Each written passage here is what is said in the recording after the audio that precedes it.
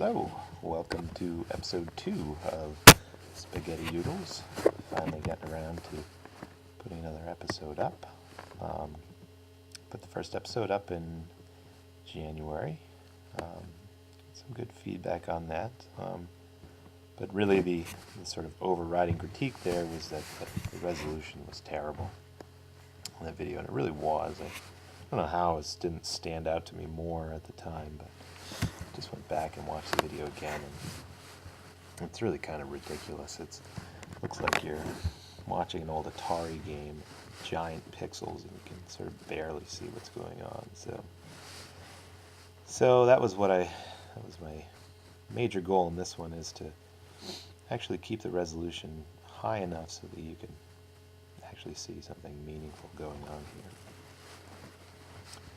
So, and it's kind of a challenge in my software and also the internet speed I have available to me. So this might take a full day to upload, but we're going to see if we can get something where you can actually see what's going on here. So anyway, Spaghetti Doodles is just my informal video blog where I can share some process pieces, some screen captures of me working with stuff that I can share right away, and maybe talk a little bit about what I'm doing or what's going on here. So this piece, this is a concept sketch from a property of mine called Oracle. Oracle has seen a lot of iterations over the years. It's kind of an old story. I've been chipping away at it in different forms for about 8 years, and I just recently decided that I still really like the story. Maybe not happy with all the treatment choices I've used over the years, but I do like the concept, and so I sort of made this into one of my summer projects, is to try to work this up into a decent pitch that I could send to publishers. So, and I'm really sort of taking my time and doing this very methodically. I want to sort of cover all the bases, so I'm doing some character designs as I work on the script, and also some concept work as things come up in the script. I'm sort of, going to the drawing board and working on, concepts and trying to develop a sort of distinctive look and feel for the book and stuff that happens here. So, and this is one of those examples. Part of the book takes place in the future, and we have these different scenes of warfare, and so I wanted to sort of have some tech concepts and get an idea of the technology and the look and feel of that in this book, make it sort of distinctive, which is kind of a daunting task, but sort of had some ideas as I was working on it, and so I spent a day just doing sort of tech concepts, just thinking about some sort of battle vehicle as a starting point. And I put those sketches up on my Tumblr blog, and you can check those out if you're interested. And what I'm doing here is I just sort of grabbed one of them, and I just wanted to give it some finish. And I decided to just sort of paint this, just sort of traditional lineless painting instead of like the cell shading style, which is likely the way the pages in the book are actually going to look. Mostly just because I like painting. I don't get to do it a ton. It's on the whole, I find that this kind of painting is just too labor intensive for comics, and sort of unnecessary as well. So, but I do like to do it now and then. So I said, well, I'll just paint up this tech concept. If you go on DeviantArt or Concept Art, you can see lots of really awesome mecha paintings, and that usually sort of puts me in the mood to sort of try out working in that vein. So that's what I'm doing here. You saw at the beginning I had some sketches. I blocked in some color, and then just a really simple, essentially just a cell shade. It was just a one, darker value, and blocked in some shadows. And now what you're seeing is I've just gone back in and I'm sort of cleaning it up, getting rid of the scribbly pencil line.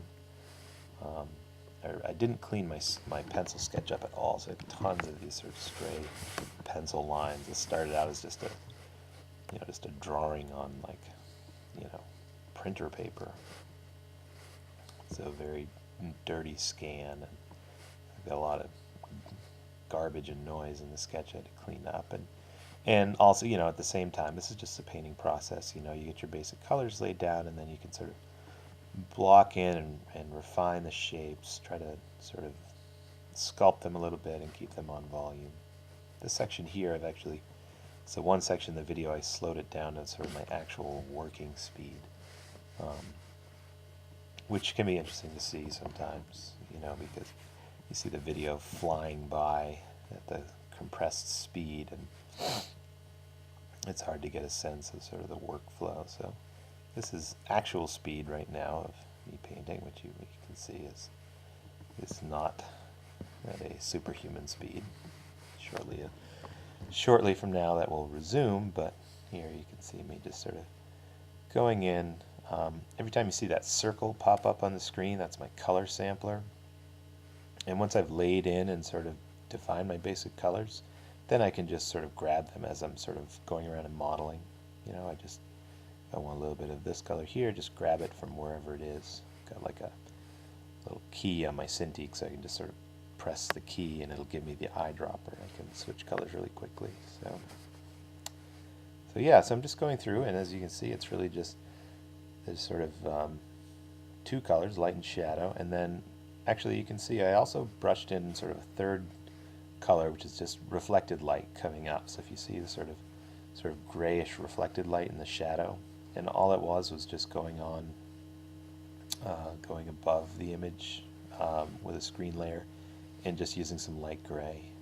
Sometimes I do those in sort of a cool color or like an intense color, but so I just did it in gray, light gray. It's another technique people use. So there's a little bit of reflected light, otherwise just a two-tone. You can also see some places where I brushed on some highlights. Highlights and speculars, shiny parts on surfaces are one of the ways that you can show like the surface quality of something. And so I wanted to have those on there, and what you saw, they're gone now. I turned them off as I'm still cleaning up, but I just wanted to get a sense of them. So that was just like the sketchy version, to get a sense of where I was going to put those. And then I turned that layer off, and here I'm going in and sort of still cleaning up and trying to give everything like a consistent form, trying to keep the whole design sort of symmetrical, which is not actually. If you look at the final image, it's cleaned up in places, but it's definitely still a sketch. I think I worked on this for about an hour and a half total, and for this to be a real sort of finished work that I would sort of submit or use for anything other than my own use, then it would require a couple more hours. There's some sort of glaring asymmetries. I didn't really do much with texturing the surface. Everything is freehand. The perspective is all right. You'll see various places I'll sort of grab things with the lasso and use the warp tool to try to bring them into perspective. Try to get all four of those feet down on a ground plane. It's not bad, but I didn't lay down a grid or anything, so certainly it could be better, more convincing. So anyway, you can see this is sort of what you spend the most of your time on when you're painting, at least in my experience, is just sort of this cleaning up and sculpting, and I really like doing it the way I'm doing, where it's very simple in terms of tones. I'm kind of a minimalist in most things when I draw or paint. And so I really like just doing this just in these two, light and shadow for each of the different colors. Done a little work of you know, this sort of chunky Lydia sitting in the cabin. Here I just flip the image over. It's a great thing to do when you're drawing, is just periodically flip back and forth. It'll help you see things that you may not have been noticing before, places where it's sort of wonky or not entirely lined up in perspective or on volume.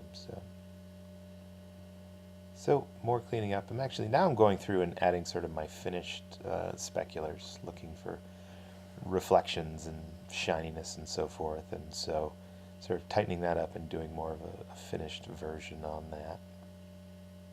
You know, just where the most intense light catches the edges and things, and you can sort of pick out, and even these really small touches can create a lot of volume if you really sort of pick out corners and edges of things that are catching the light. Yep, went in and cleaned up Lydia a bit more. I never really did much detail on her, but just sort of basic idea of someone sitting in there. Now I'm going through just with some glow. It's like, oh, I erased that immediately because it was ridiculously too much. So try to do it more like cut style. Use some selections and sort of this bubble glass canopy. This was only like sort of partially successful there. And then here I'm laying in a shadow on the ground. Just copied the form and then I'm just sort of distorting it so it kind of looks like it's laying on the ground plane. You can see I tried a lot of different options there. It's never a perfect fit, so you end up sort of distorting it, but then you end up kind of moving it around and repainting in places to try to make it look like a convincing shadow. And even then, this is kind of just mostly hacked in, so if you looked closely at it, you'd say, oh, that's not the shape that shadow would cast. So.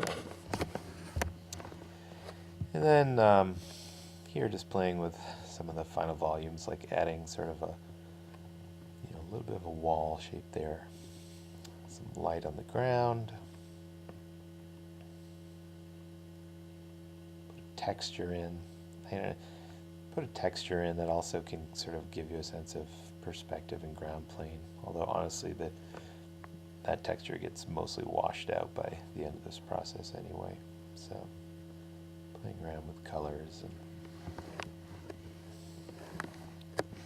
whatnot, my composition, moving things around. Here's where I was like, oh well, I sort of went back and forth, but I was like, I've got these big guns here, so I might as well have them shooting out some energy bolts. I debated for a long time whether I wanted to shoot bullets and have like the sort of long bullet trails coming out, or whether I wanted it to do it more sci-fi. I think the bullets might have been fun, but this was definitely closer to the sort of concept I had in mind. So, and did those. Those came out looking a lot more sophisticated than I really deserve, because they're basically just flat shapes on a screen layer, and I threw some blur filters on the top and tinker around. I think the white background was a good choice. That's a nice pop off of that. And then toyed with the idea of putting the original sketch into the concept. Ended up taking that out at the end. I was like, well, no, I don't need that in there.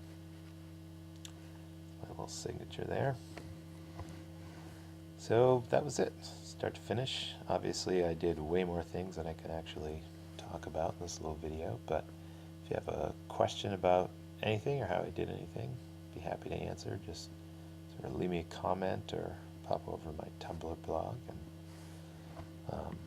I'll get back to you. So anyway, hope you enjoyed that. Thanks for watching, and hopefully I'll have episode 3 coming along before too long.